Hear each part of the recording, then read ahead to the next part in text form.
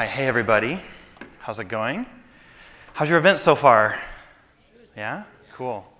I like that we're evenly distributed, but mostly around the edges. That's good. There's not a lot in the dead middle. One of the things I really love about this is how small it is and how we can hang out and chat together. And so I would love to, right after, keep chatting if you have other ideas. I'm also really excited to be here because this mix of machine learning and robotics and space has got me pretty inspired around all the different applications that you can have to cross them. And I'm really interested in ambient computing. So like, how do I walk into a room and I can just interact with my computing in a very natural kind of a way? Today, I spend most of my time on Alexa. So I run a team that teaches people how to build Alexa skills, Alexa experiences.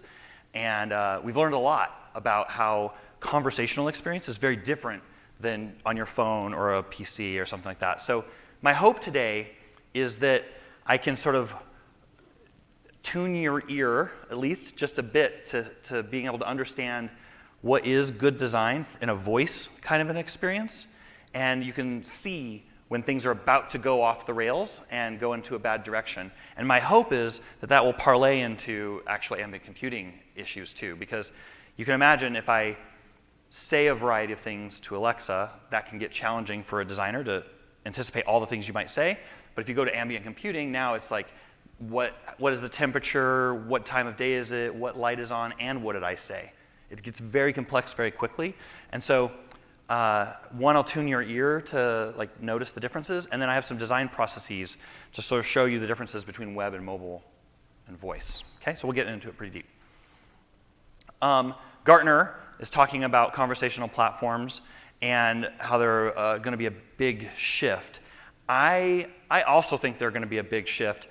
I remember, wow, a couple decades ago, I used to prescribe playing solitaire to people because they didn't know how to use a mouse. They would look at their hand and then look back at the screen and say, the mouse isn't moving.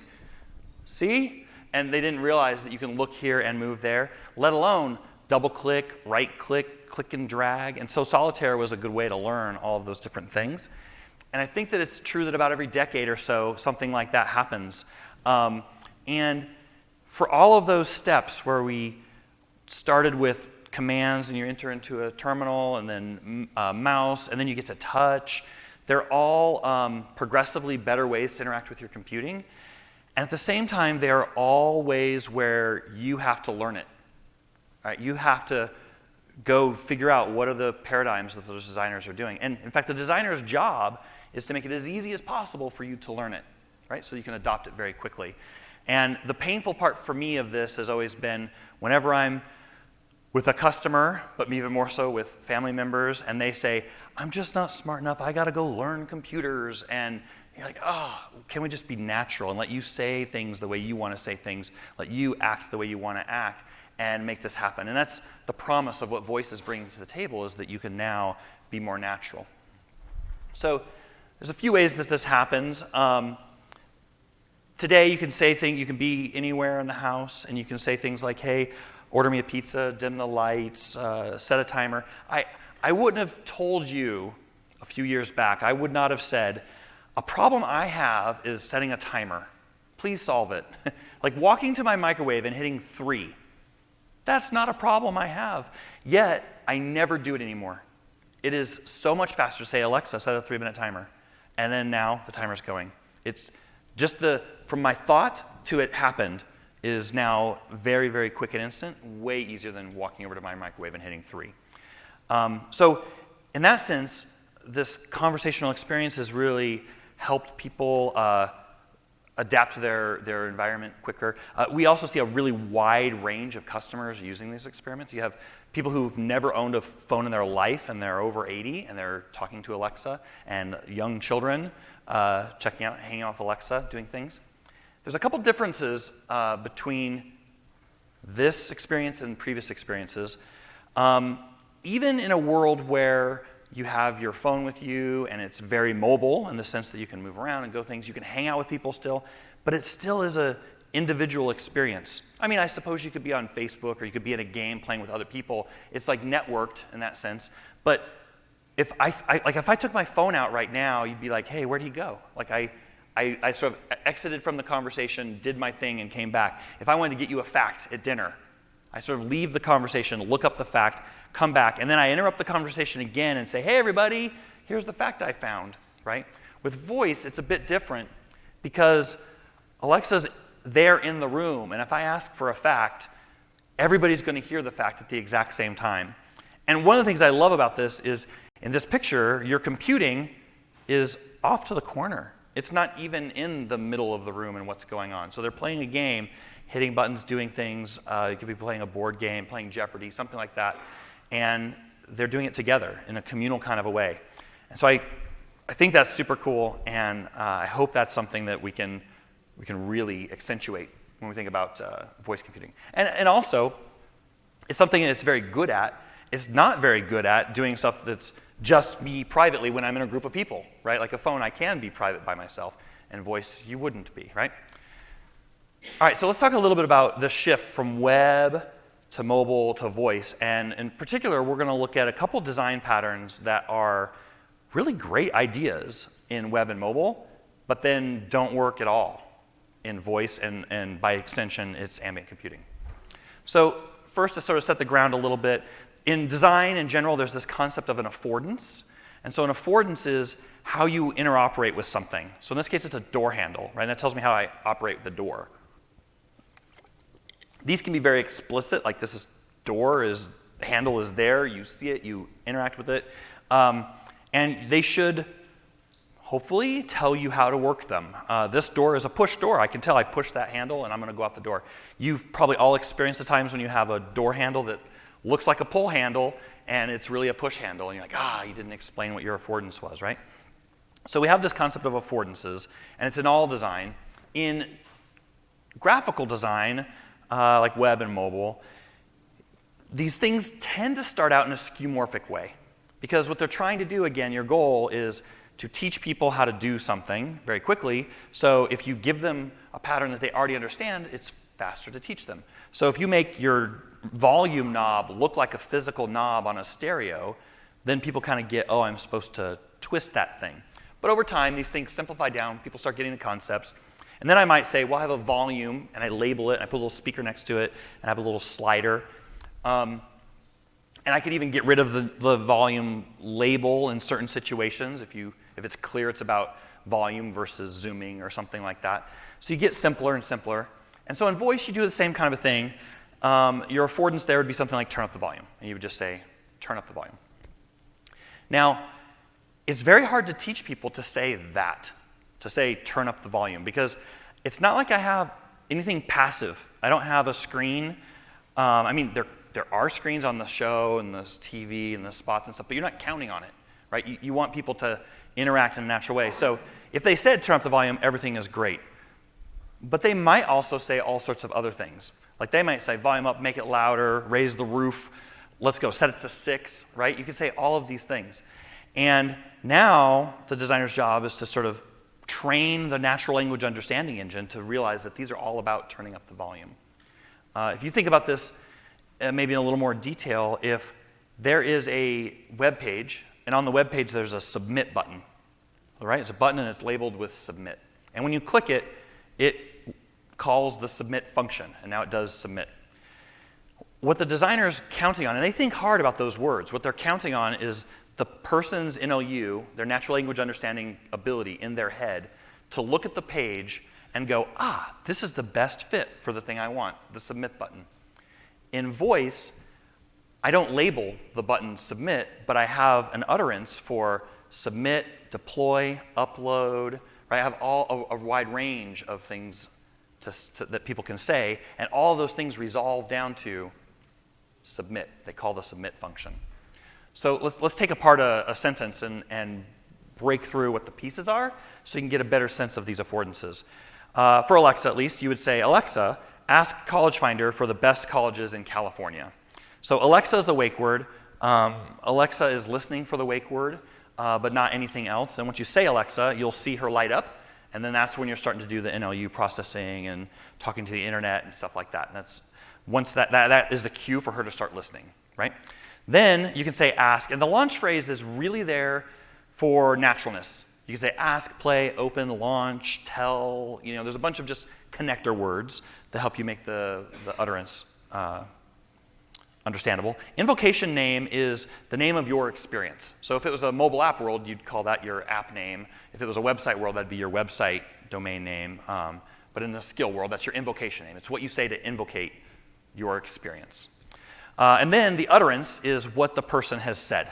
So they said, for the best colleges in California. And now they might have said for the best colleges in Colorado or the best colleges in Nevada.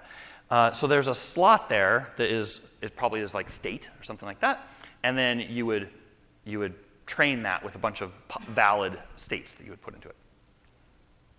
So let's look at these utterances. I might say for the best colleges in California, with an animal science program in California, right? So there's all sorts of ways that people can give me information that I can then use in the experience. And all of these ways are completely valid, and they give me a little bit of different information. One thing they tell me is the intent. So if I'm in a college finding experience, my intention is to filter the results down to the college I'm interested in.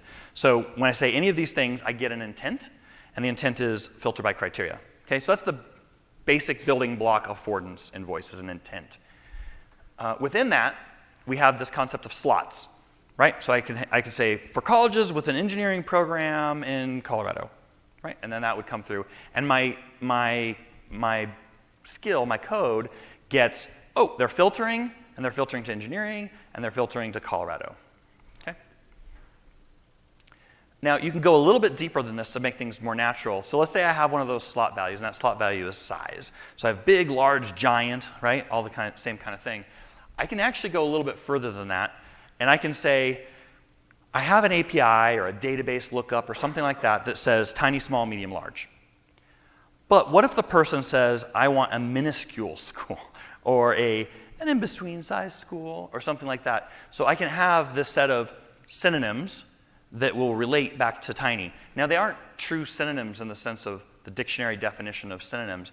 They are, as a designer, what are equivalent things, right? So like if I was looking for a small dog, or if I was looking for a low-energy dog, right, I might not say I want a low-energy dog, but I might say, I want a dog I can cuddle with. And as a designer, I can say cuddle with is equivalent to low energy, or play frisbee with, or whatnot. Okay. Yeah, and so here's some examples of that. I could say, like, I want the most competitive school, or a school that's very easy to get into, and that maps into low or high. Okay, so that gives you the base. That's how we're operating in voice.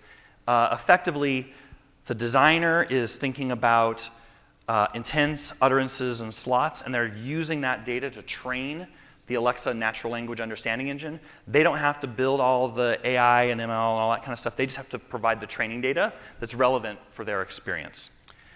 All right, so now let's get into how we think through the actual design of the conversation and the experience you get. So in Alexa, there are a few different ways.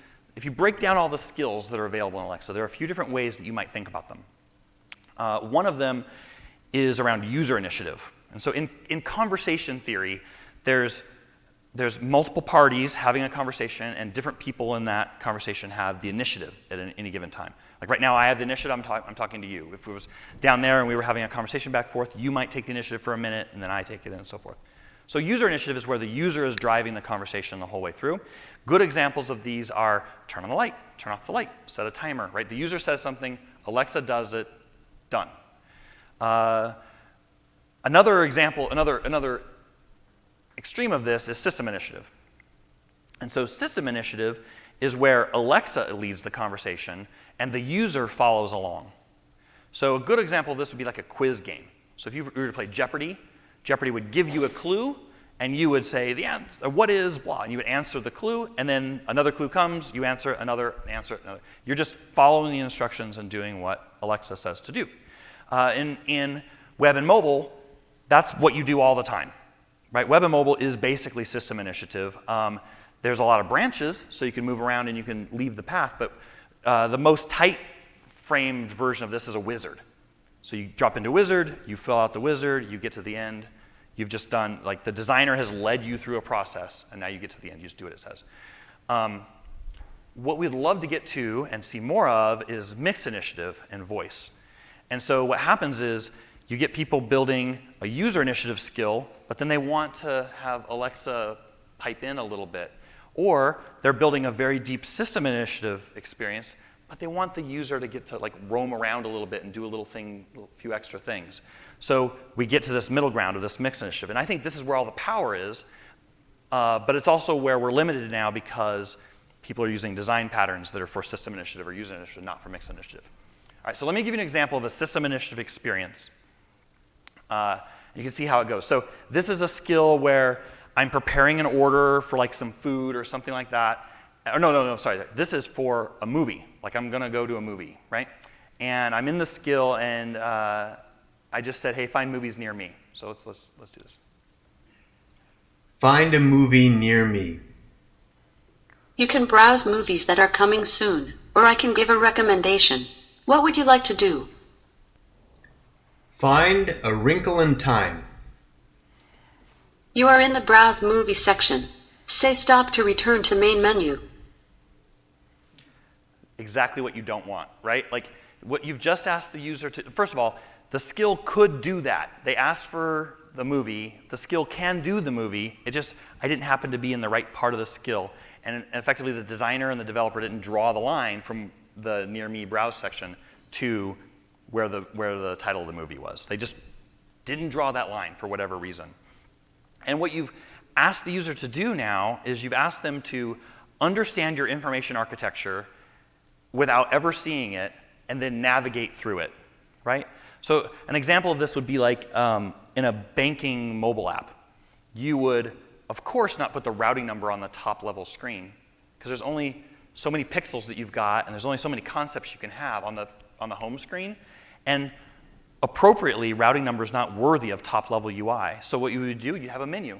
Menu, routing number. Thank you. And that's perfect. That's a great design. In voice, if you had to say menu, routing number, you'd go, ah. In fact, what you probably do is go operator, and you're trying to get out of this phone tree kind of a thing, right? So let's look at another one. This one is I have prepared an order, and now I want to make a change. You can place this order or change something. Which would you like? Change the location. I'm sorry, I didn't quite understand. You can place this order or change something. Which would you like? Change something.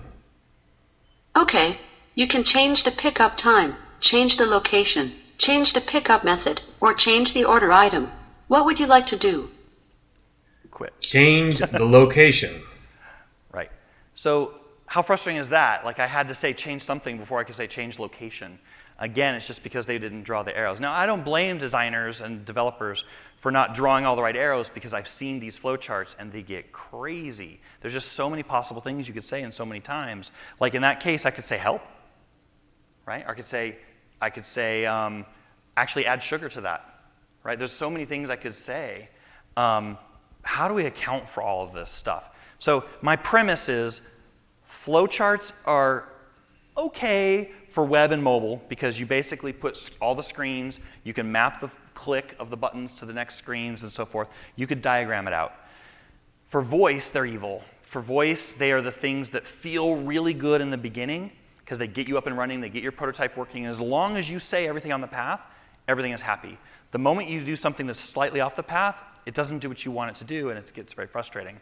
And so let's take a look at what it would mean to convert from a flowchart sort of a based approach to something that I would call situational design. So the idea with situational design is we react to what's going on, not just having to be super prescriptive. So here's the example. The skill would say, welcome, do you want to try A or B?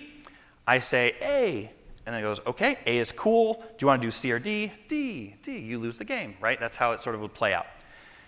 You can see the problem right away because you would say, welcome, do you want to try A or B? And the person goes, D. I'm sorry, you can say A or B, right? It's that same exact problem. So how do we fix this? The first thing is we start by recognizing that the user always starts the conversation.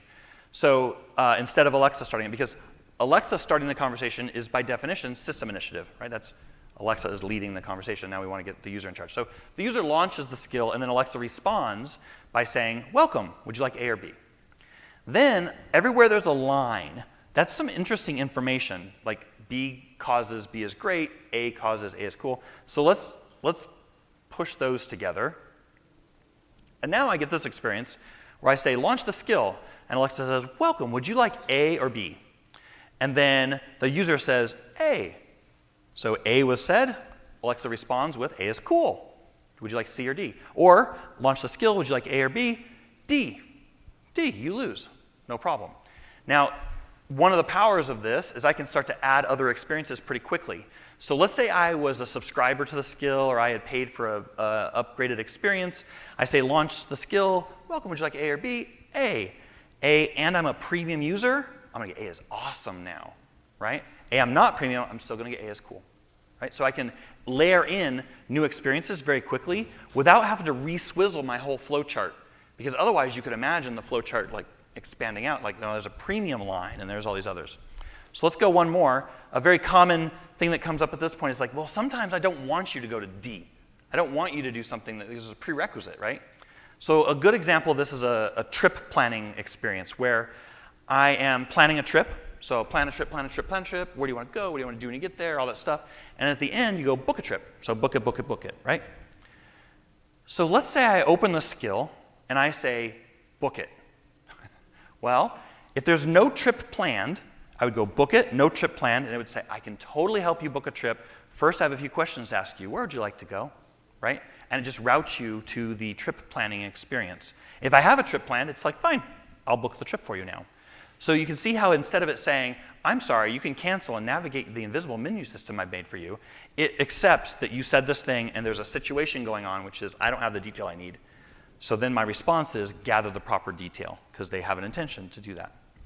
So let's this is all like PowerPoint-y squares and stuff. Let's tighten it up a little bit and start to see how this starts to play out.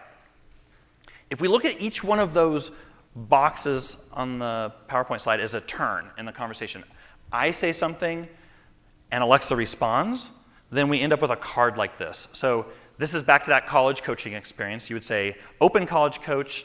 The situation, the second box down, is it's the very first time you've ever launched this skill. Then the bottom half of the card is the response. So right now, the response would be, behind the scenes, I'm going to update a streak counter and say, you've been here, right?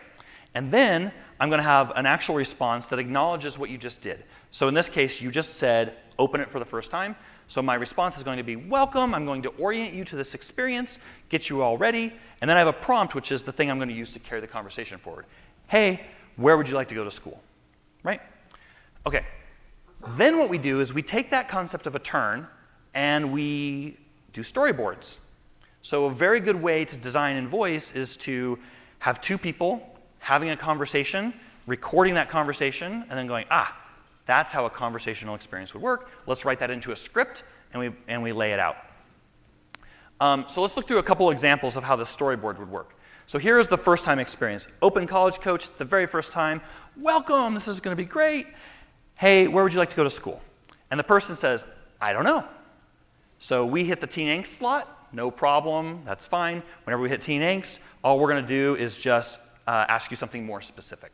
So, no problem, which state are you interested in? See, we asked a very broad, intentionally broad question the first time. Where do you want to go to school? Because you might name a school, and we're done. Or you might name a country, you might name a state. Whatever you get, we're going to get closer to where we want. In this case, we're going to have to ask a more specific question because they don't know what they want. Hey, what state are you interested in? Colorado? Colorado, nice. Hey, for your assignment, go check out CU Boulder. Look at them on social media. See how their Instagram is doing. Come back tomorrow. So we keep the whole experience pretty short. We could have made this, this is based off an API to help you search for colleges. We could have easily made this like a web page where you go and you filter, find the one magical school that you really wanted to find, which is actually not how it really works in the real world anyway. You're going to explore a lot of different colleges. And we want to have something that just is every day, do another thing, get a little bit closer, and as you get closer and closer to school, you feel confident that you're making a good choice. So go check out their social media stuff. Come back tomorrow and tell us what you think. So now they come back to the skill a few times, and they say, Alexa, open College Coach, and the user has come back for the 5th time in a row. We're going to celebrate that. Wow, 5 times in a row, great job, that's awesome. Hey, out of 5 stars, how would you rate the University of Denver? So on this, notice, I said the exact same thing. I said open College Coach. It's just that once it was the 1st time, and now it's the 5th time. And my response is different. The 1st time was like, orient you. This time is, you had a job to do. Give me your rating, right? So different response. 4 stars. Okay, there's a school assigned. Great, I'm glad you liked it. What are you interested in studying? Engineering? Great. Go check out CSU and tell us if the classes are interesting. Come back tomorrow. Okay, so that's the pattern of it all. Now, you might argue right now, but I could do that in a flowchart. And you could. These are very simple, straightforward kind of patterns. Let me show you an example where it would get messy fast. Alexa, open College Coach. The situation is they have an assignment already, so they've been here, but there's nothing special about the streak. They just have an assignment. They say, welcome back. Last time you were researching student life at Western Colorado University. Out of 5 stars, how would you rate it? And they say it was terrible. By the way, a little aside, notice terrible is a synonym for like a 0 or a 1, right? So we've got that mapping. They can say it's terrible. That's fine. So we say, great. We're going to sort this. Now we have a new school with a new rating. We're going to sort it into your favorites list. And then our response is going to be, okay, sounds like that was a great fit. Let's keep looking. What size of a school do you prefer? And they say, what's my favorite school? Like they didn't answer the question at all. They were supposed to say what size it was. And then we say, what was my favorite? So a couple cool things about this. One, I didn't say, you can say size, you can say location, you can say price, you can say selectivity. Which would you like to tell me about? I just said, I had some design ownership to say, what size do you want, right? And I didn't have to list all the possible things in the menu. But then the second one is they didn't answer the question at all. They said, what's my favorite school? So we'll roll with it because that's how it works in conversation. You're cooperative. You're trying to get to a goal together. And there is a favorites list, so fine. So we say, here's your favorites. Do you want to learn more? And they say, I want a school with a great archery program. Okay, great. So we now take the athletic program that they're interested in, refine our query with that, and we give them a new assignment. Go check out Arizona State University, come back tomorrow and tell us what you think. So they kind of went all over the map, yet we still had this goal of helping them get to the college coaching moment. Just what I showed you in those 3 flowcharts, or those 3 storyboards, this is what the flowchart looks like. And I didn't go off to build the rest of the skill. If I were to add a premium experience, or if I were to add all sorts of other modes to it, it would get kind of crazy. And in fact, if you take this beyond the voice stuff that I'm talking about now and start thinking about ambient computing, what if they said open College Coach and it's nighttime? They said open College Coach and I'm at home versus at university. Might be different, right? You might get different coaching experience depending on where you are. If they said open College Coach and it's 1 month prior to SATs, or it's 3 years prior to when you're going to graduate, you're going to have different responses for all of those kinds of things. And in an ambient computing world where we have all sorts of sensors and all sorts of things that are providing signal into the system, we've got to have a way that scales way better than flowcharts are going to scale. All right, so let me give you another sense of how this looks in a tool. Because what I've done so far is effectively what you could do with Post-it notes. And it might be a great way to brainstorm and like, okay, here's how we're going. One thing in all of that is there's this desire as you're building out the flowcharts to be like, well, do you want to learn more? They could have said yes, and you go on and you build your storyboard for yes, I want to learn more. You could also do you want to learn more? And they say no. Well, in this model, what you can do is just make a card that says they said that they don't want to learn more, set the card aside, and later I can build a response for it. So I'm effectively building up these piles of cards. So let's take a look at what this looks like. You are not seeing my screen.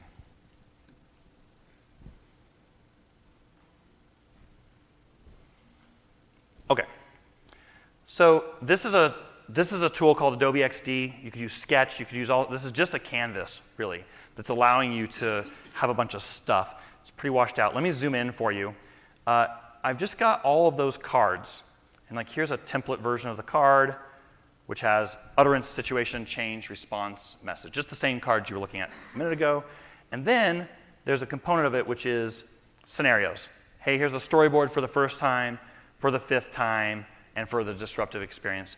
And in fact, what I would do is just start brainstorming what I think are the most important scenarios. I might start with myself, and then I might expand to my teammates, and I might expand to my first rounds of customers.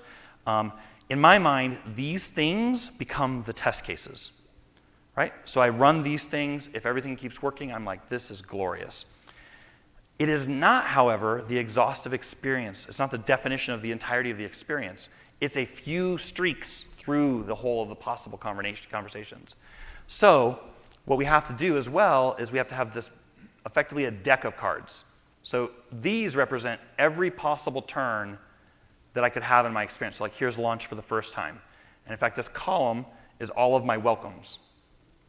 So the idea is I'm building out a storyboard, and the first time I'm building a storyboard, the second time I'm building a storyboard, I'm saying, ooh, I got to make a new card.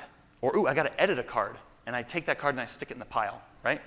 And I keep adding cards to the pile. And eventually I start grabbing up all the cards, and I'm playing Alexa, you're playing like you're human. I got the easy end of that job, by the way. You have to play human.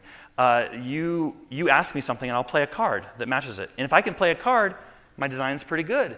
And then if I can't play a card, I better go handle that, what just happened, right? And I make a new card for it. So what you end up with is this deck of cards that you can use for stuff. And it also allows you to do things like, if you want to add in skill purchasing, which is a way to like pay for subscriptions or unlock new experiences inside of your skill, you could just apply the in-skill purchasing cards, do a little customization on them, and now you've got a new experience built in. So it allows you to reuse whole parts of your experience with other parts of your experience. There are some challenges with this because this is just a canvas on XD. It's not a full-on tool. So I'll expose those problems for you just so you can kind of see where it's going to be difficult still to design. One thing that's challenging is what if there are two cards that are the same situation with different responses? I would really like it to have a tool that says these cards are red. Like there's something wrong, come fix it. There's another thing where, let's say I'm going through my scenarios and I'm in the middle of a game and I say help. So I generate a card that says help win in game. Well, what about help when I'm not in a game? Or help when I'm buying something? Or help when I have a lot of other helps. And so I would love it if there was a tool that would auto-generate or a rule that I could run that would generate a bunch of cards for help, right? Or like in this case, I have welcome, and I have welcome for the first time, I have welcome for the 5th time, and then I have welcome when there's no streak, but I don't have welcome when you're premium, welcome when you were in the middle of doing something and now I want to recover it. So I just want to be able to think about the different cards in these groupings. Now these groupings, by the way, are arbitrary. They're sort of a part of the way I think of the skill. This skill has welcomes, it has a check-in every day when you give a rating, it has homework that I'm going to assign to you, improving the profile, choosing a coach, and so forth. And so my design process has 2 modes. Mode 1 is the storyboard mode, where I'm thinking in time and how it went. And this mode is I'm thinking about completeness. Do I have all of my helps? Do I have all my test prep cards? Do I have all my welcomes? And just going through that and then playing them back and forth to each other. So the testing that I would do here with each of these cards is a unit test, right? In the scenarios, I have a scenario test. Okay. So, and then that would then, of course, scale to all the different variety of situations. Okay. Now the question becomes, well, how do I implement this? As a developer, I might say, I love a flowchart because I go this box, if that, if this, then this, and I just sort of move my finger down the flowchart. I implement all of the logic for all of the flowchart, and then I'm happy. So it feels very good. This big pile of cards in a deck with some random scenarios does not feel good as a developer. It doesn't feel complete. Doesn't like, do I have all the pieces I need, and so forth. So let me describe how you do it. For Alexa, and this is just JavaScript, so you could do it for any kind of programming you might be doing. There is a concept called a can handle and a handle. So let's zoom in on this for you here a little bit, if I can. Can I close this? Okay. So here I have a game event, and what had happened right now is I got a button was pressed, and we are in the state where I am in the middle of a game that's using buttons. So I pressed a button while a game is in progress. So then, oops, I just scrolled. So then what do we do with it? And we just handle that situation. I keep trying to pinch zoom it, and that does not work. So then we handle it and we do our handling stuff. So there's other can handles in here, which would be, that's the one I just did. And then here we go. The person just said play a game, and yet they are in the middle of a game. So what are we going to do about that? Do we start over? Here's one where the person said yes, and they're in the middle of a game. So it would say something like, would you like to start over? And they say yes. And then we go, they're in the middle of a game. This one is they gave an answer, and they're in the middle of a game, right? So you have each of these different cases. And you would have when you're not in a game, when you're in roll call, and so forth. So if you go back to the cards and look at this, the way that plays out is,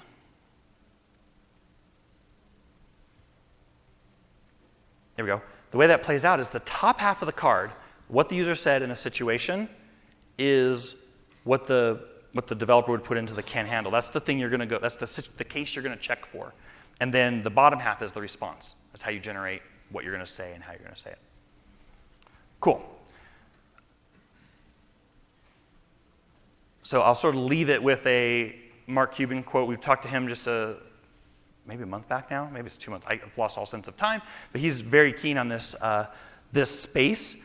And it's hard to imagine a future where our computing doesn't significantly change over the next 3, 4, 5, 10 years. Whatever you count as an infinite time in the future, it's going to be very different. And so the question is, how do we all get engaged and do things? So with that, I have time for some questions. So if you guys have any